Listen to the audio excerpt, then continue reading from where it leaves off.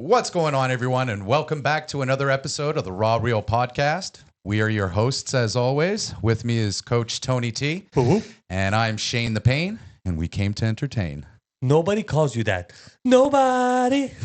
Moving on to our sponsors. Ladies and gentlemen, if you're looking to enjoy a meal in a family and charming environment with nice music and warm welcome, make sure to check out Notre Boeuf de Grace, located at 6321 Trans-Canada Highway in Pointe-Claire, Quebec. They serve quality food and beverages accompanied by great times and big smiles. Not only do they grind fresh premium beef daily on site, they use local ingredients, and nearly all their menu items are homemade. From their fresh-cut fries to house sauces, as well as soft drinks, house beer, and signature craft cocktails. So if you're in the area or looking for something new and fresh to eat, make sure to stop on by and check out this fine eatery.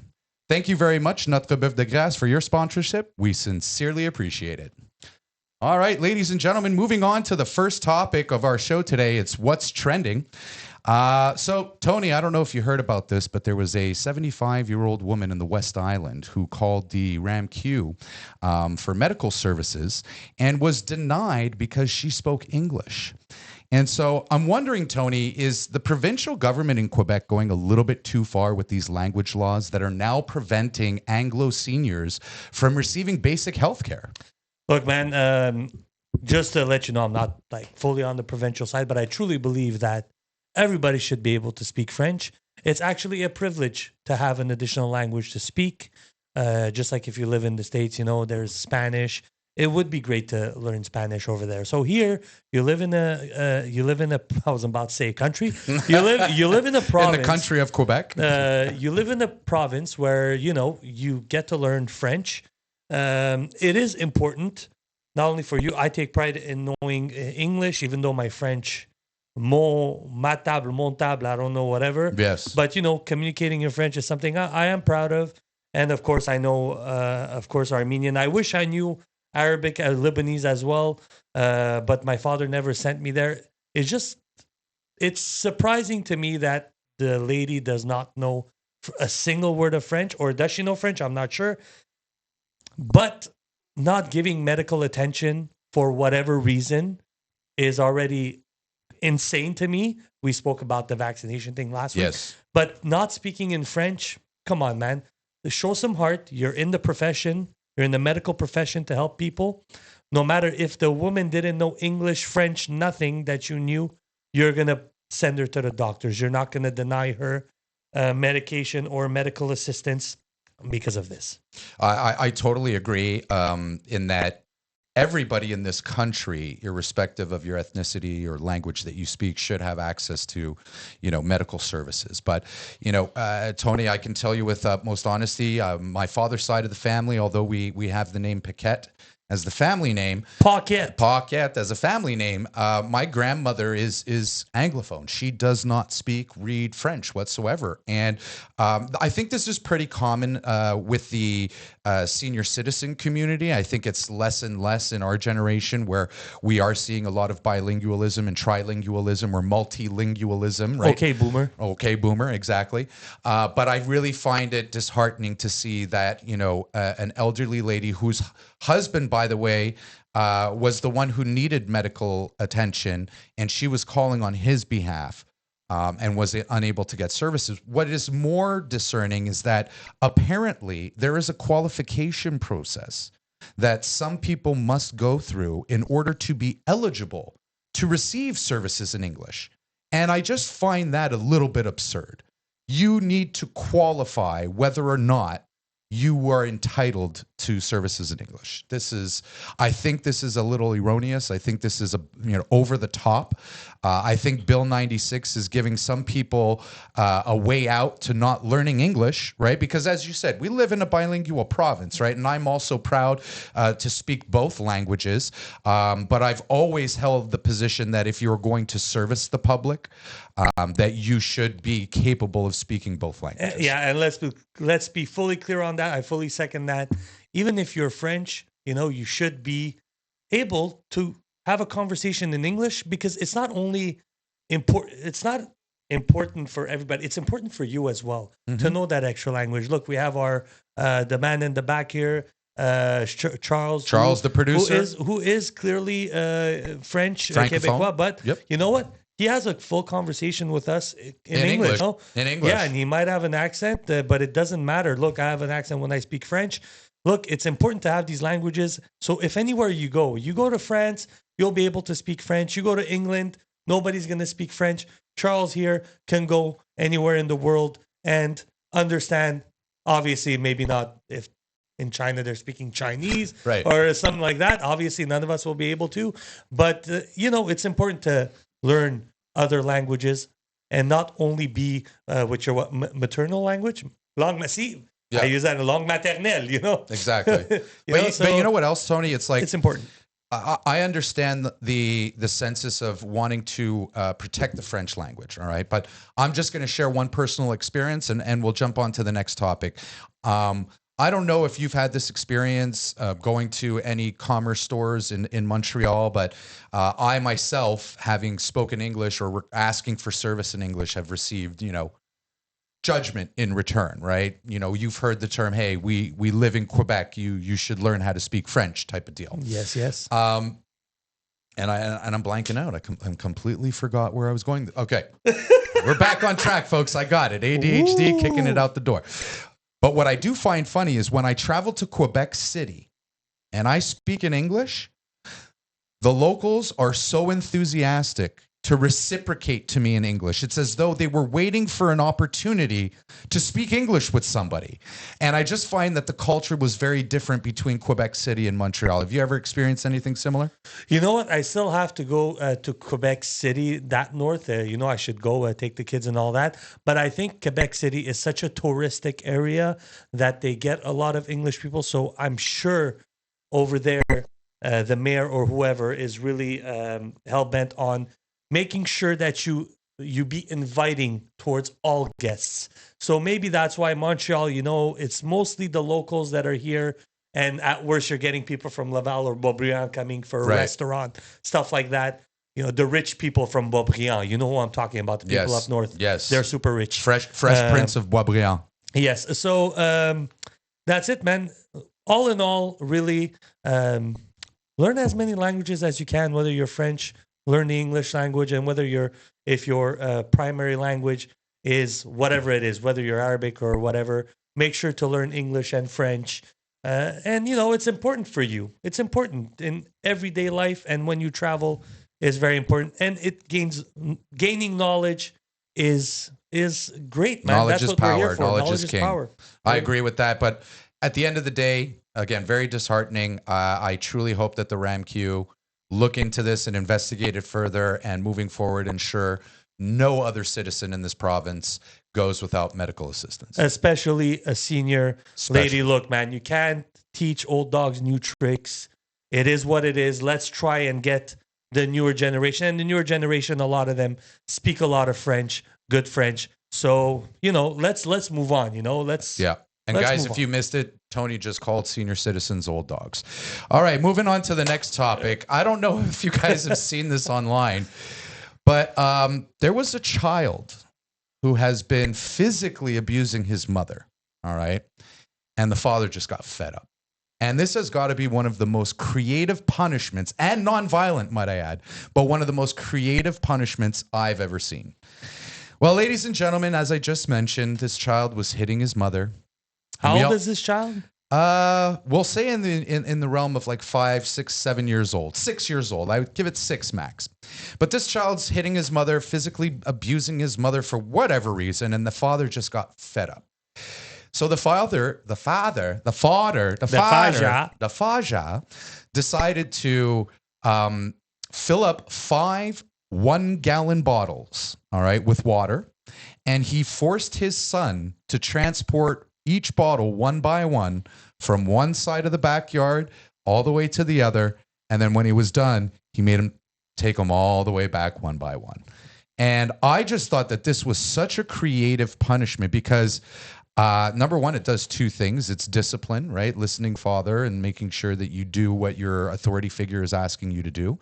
But at the same time, it's making the child realize that, hey, this isn't fun. transporting these water jugs from one place to another. I would much prefer to be playing with my friends or my toys. So, Tony, do you have any creative punishments that you've laid forth on your children? You know what? Whenever I get angry, one of the things that have worked, I've heard that works, and I've implemented, not as much as I should, but I have, is instead of yelling or being loud in order to have my children do something for me, I just go to their ears and whisper it. Hey, I need you to go clean your room, then take a shower, and then come watch a movie with me. How does that sound? And boom, and the kid, like, when kids, they're that one worked for the father with the gallon. Now, I don't know. My kid would be like, no, I don't want to. No, I don't want to. Maybe that'll happen. That is the risk you run doing something like that. When I whisper, when I speak loud, sorry, it's like, oh, it's the regular. It's the regular, telling me something to do. Now, when you whisper, you're showing a calm. You're showing that you're calm. Yes. And it's not a rush. But when you whisper it, the kid is like, oh, what is daddy whispering? Okay, I'll do that. Oh, and plus gave me an option to do something fun after. Okay, let's go. So that's what I generally use. Sometimes I forget about it, but I'm like, you know what? Kid's not listening to me right now. Let me go back to the whispering. And it works. It works. Look, to each their own. Everybody's got their own way. This father, respect. Yeah, big time respect. You need that tough love sometimes. Yeah. You need it. We got it back in the day, and now we're extremely respectful to everybody. Anybody that's older than me, I'm extremely respectful. My mom used to. But let's be realistic. Let's be realistic. I think, and I think many people with children may disagree with me because of how they were brought up, but I don't think violent or physical punishment is the way to go. Having known Tony for many, many years, I've always said, let's not show emotion to children because children will reciprocate off that emotion, right? If you look like you're out of control when you're dealing with a situation that's frustrating with your child will take that and mimic that in the future, right? So it's always best to get down at their level and speak to them. And I can tell you, I know some children that, are temperamental, or sometimes difficult. And one of the methods that my friends use is that, I see you're in a really upset state right now, but I can't talk to you. So when you calm down, you come and tell me how you feel. And most of the time, the children's reaction is, okay, I want to come and tell you right now. But the parents stood their ground and said, no, you're still very emotional. When you calm down, you can come and tell me what's going on with you, right? So I think we need to teach our children to be a little bit more emotionally intelligent, right? And we should become better individuals as well and not use our emotion to convey our frustration or at least to try and discipline children. Yes, we agree? 100%. Ladies and gentlemen, we have a fan in the office today. It's a fly, and I just hit Tony. Sorry, man. Very sorry about that. Did you get it at least? No, I didn't. Of course not. Normally you wouldn't, but hey, I got to hit Tony. We were just talking about abusing. Exactly. All right, ladies and gentlemen, let us know in the comments below any creative punishments that you've come up with dealing with your children being insubordinate or, not following the rules. We won't report you, okay? We won't report you. We promise. We won't report you. That's not what we're here for. All right, moving on to the next topic. It's the great debate. And Tony, we're going political this week. We're going political, ladies and gentlemen. If some of you have heard the news recently, our Prime Minister, Justin Trudeau, and his wife have just announced that they are separating. So that's some pretty unfortunate news. But, Tony, it brings us to the question, does this make him look better or does it make him look worse, right? Because most of the time when you're a politician, you want to have that strong family background. But even now that we know his wife's not really happy, we even see that maybe some of his kids are not happy either. So it begs the question, ladies and gentlemen, with the next election, who knows when it's going to be, are you voting for Trudeau or are you voting for Poilievre? Look, before I continue, I'm going to tell you one thing. Like, I've been a liberal almost my whole life. Mm-hmm. And I'm going to tell you right now, and just before I give the answer, I'm going to tell you my background. Okay. I've been pushed to the conservative side. I've been pushed. Like, this is what it is right now. Like, it's been a while, I'm like, okay. Then when Trump went into office, I'm like, okay. And then, here what happened here with the pandemic. I kind of got pushed to the conservative side. And you went to the convoy, right? You were present at the convoy. Would you say that contributed to you moving from, say center right to maybe center left? Yeah. Because it was a proud moment, right? It was every 24th of April, Armenians, they go to the genocide march. Yes. In Ottawa. And when I was young, I was I went there with pride. I didn't go more recently because I have kids and all that. But when I was there was a pride there because we're all fighting for something, whether they were liberals or conservatives. It didn't matter. Mm-hmm. And now, you see the interest rates go up. Now it's affecting my pocket. Yes. Now that I'm old enough to own my house and for it to affect my way of living, gas prices up, carbon tax on carbon tax, interest on interest on interest. I'm paying double the amount I paid for my mortgage 5 years ago. Mm-hmm. How, what's happening here? It's a bit wild. And I know Poilievre wants to, Trudeau wants to add activities is it for children or what? He wants to add more things that are going to cost money. Mm-hmm. And Poilievre's like, no, you're putting all these carbon taxes and this, that, and you want to spend more money and more money. And he was explaining how it causes inflation, and then that's what causes debt. So, and now I'm being pushed. I'm mostly liberal center, right? Mm-hmm. But yeah, man, I will just answer your question. All in all, I will be most likely because I don't want to just come out with it already, man. I'm gonna vote conservative, man. There you go. There you go. Yeah. And similar to Tony's, ladies and gentlemen, I myself was a liberal for the majority of my voting life. The reason that I voted for Trudeau, and I'll be transparent with it, I was a pot smoker, and he was about to legalize it. So I said, you got my vote. Why not? I want to buy legal weed, right? I want to buy legal marijuana. I don't want to have to, drive in the alleyway and do some shady dealings in the back alley or anything like that. So I voted liberal, and yeah, I could definitely get on board with, what they were pushing at the time, but I just find their agenda is just so progressive now, and I think that, I don't know, we've seen so many scandals from Trudeau. I don't think that there's anything that he can say to win back some of his voters. So me personally, I'm voting for Poilievre because I can't stand to see our government continue to shovel out and fork out money that they keep printing on a whim and giving away to other countries while citizens in our country, are suffering. We've got East Hastings Street in Vancouver, British Columbia. That was, for a lack of a better term, the first tent city. I brought my wife to Vancouver once and we went down East Hastings Boulevard and she cried. I had told her the story that there are thousands of homeless people on both sides of the street. But when telling a story, most often people embellish. And my wife didn't expect the way that I embellished this story, but how realistic it was when I brought her there. I mean, there were thousands of people. And now we're seeing tent cities in Toronto. I mean, this has got to stop, all right? I'm all for giving a helping hand, right? I will literally take the shirt off my back, all right, and give it to somebody in need. But if I don't have a shirt to take off my back, I mean, there comes a point where you have to draw a line in the sand, ladies and gentlemen, and you have to say you got to look out for yourself first. Because if you can't take care of yourself, how can you expect to help anybody else, right? Yes. So when it comes down to the debate between Trudeau and Poilievre, we'd like to know. Please leave us a comment in the comment section and share it with your friends and family so we can see their responses too. Moving on to the next great debate topic, still political, ladies and gentlemen. Who made the better president? President Donald J. Trump or President Biden?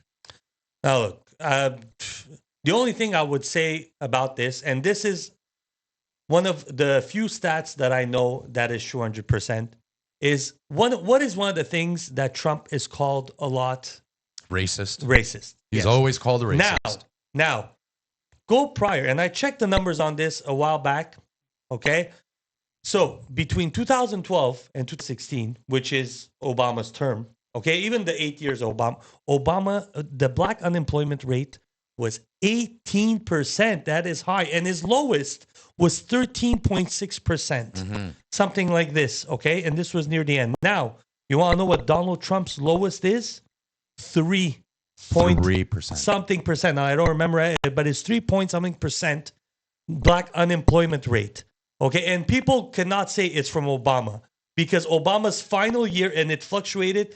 The last year was 13%, 13.6%. Now, Trump comes in, brings jobs to America, and boom, black unemployment rate down. It boosts the economy, right? I work with a lot of businesses in the United States and a lot of presidents and owners of companies, and they all say, Shane, the economy could not have been better when Donald Trump was the president. Now, we can both agree he's not the nicest talking, smoothest, savvy with his mouth and his words type of guy. He lacks tact. Yeah, right? yeah, that's for sure. That's that. Yes, 100%. But Sleepy Joe, ladies and gentlemen, I mean, listen, if we're talking entertainment, I'd rather watch a guy flabber at the gums than watch a guy fall asleep at the podium or put his hand out to pretend shake somebody's hand that's not even there.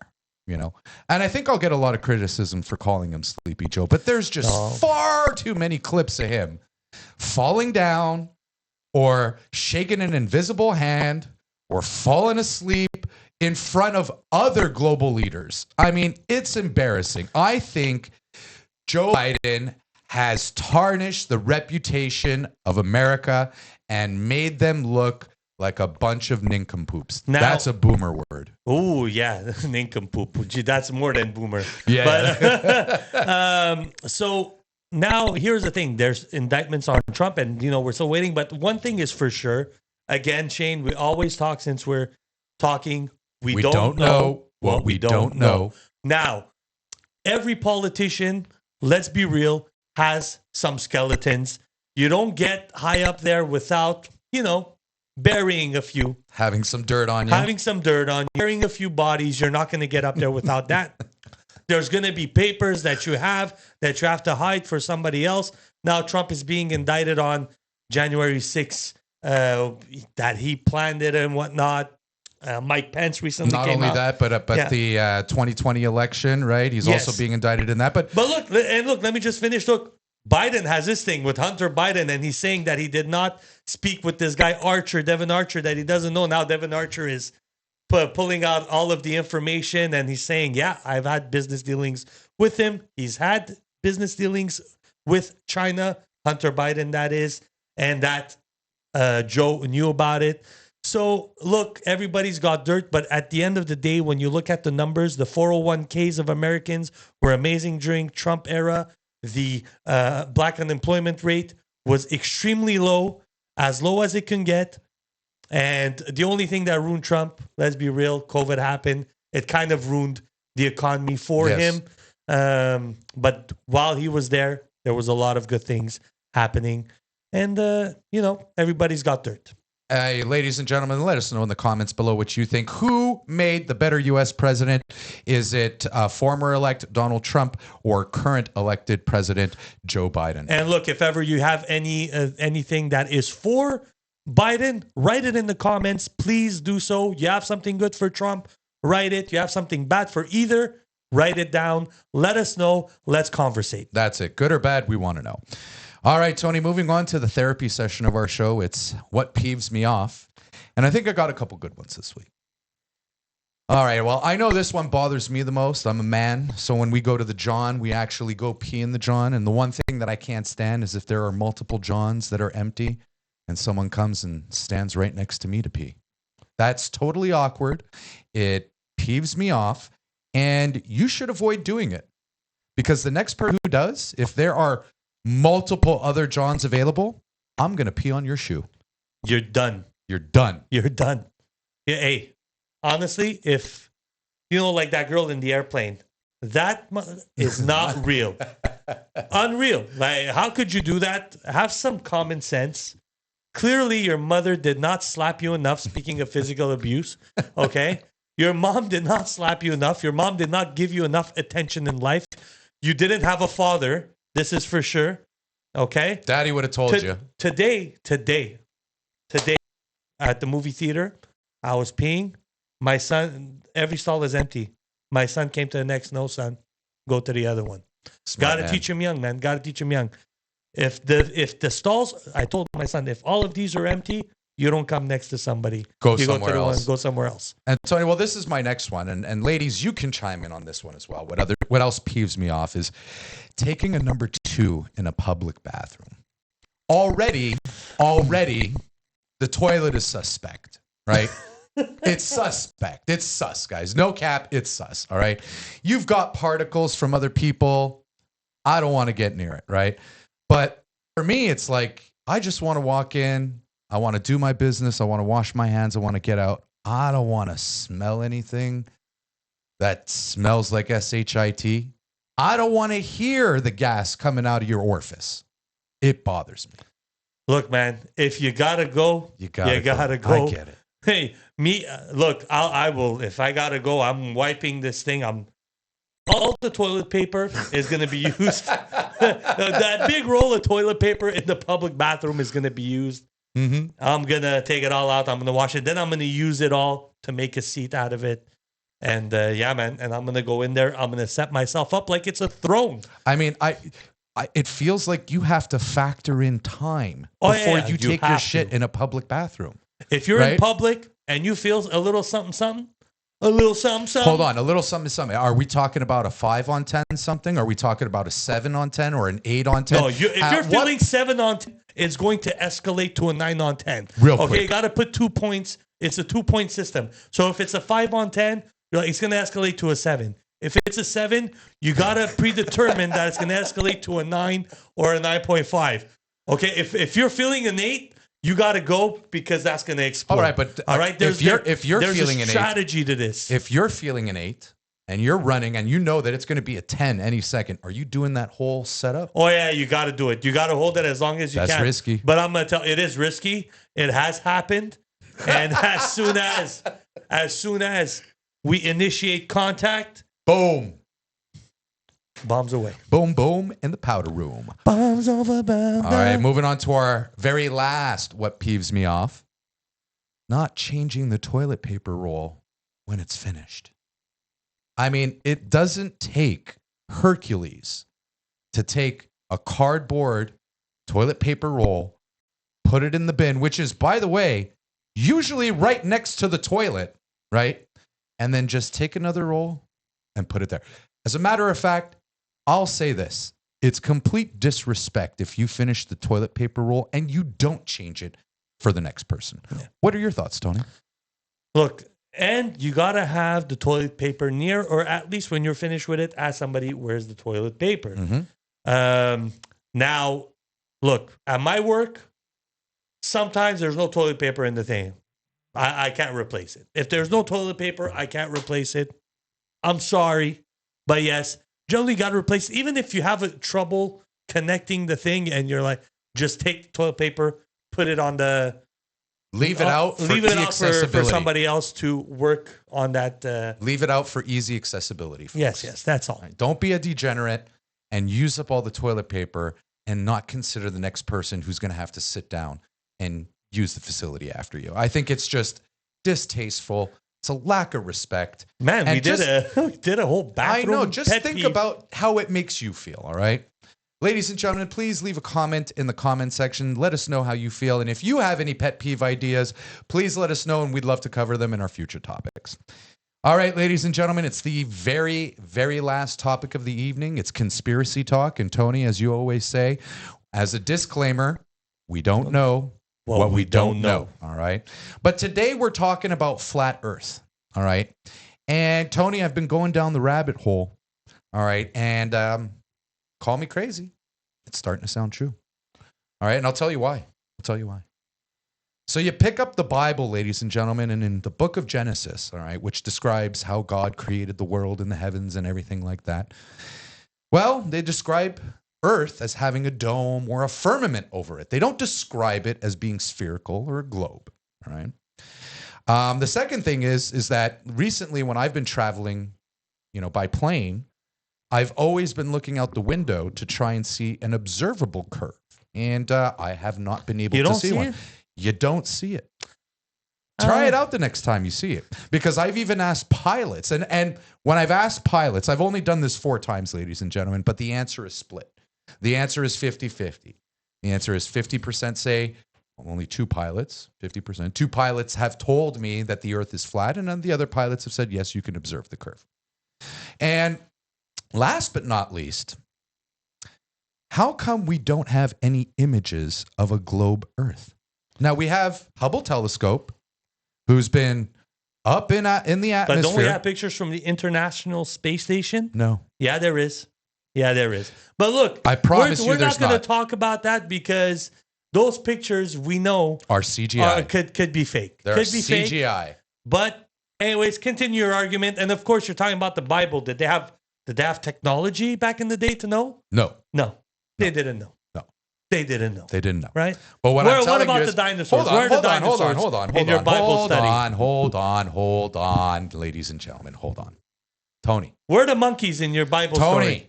Tony, we have the James Webb Telescope that is taking pictures. Where's this James Webb Telescope? Apparently in Earth's atmosphere. Okay. All right. Taking pictures of the unobservable universe, 13 some odd billion light years away. All right. We can take pictures of Saturn and its rings and the storms happening. We can take pictures of Jupiter, but we can't turn it around to take a picture of the Earth. And you know why they say that we can't do it? Is because we need to keep the telescope cool and its components. It needs to be cool.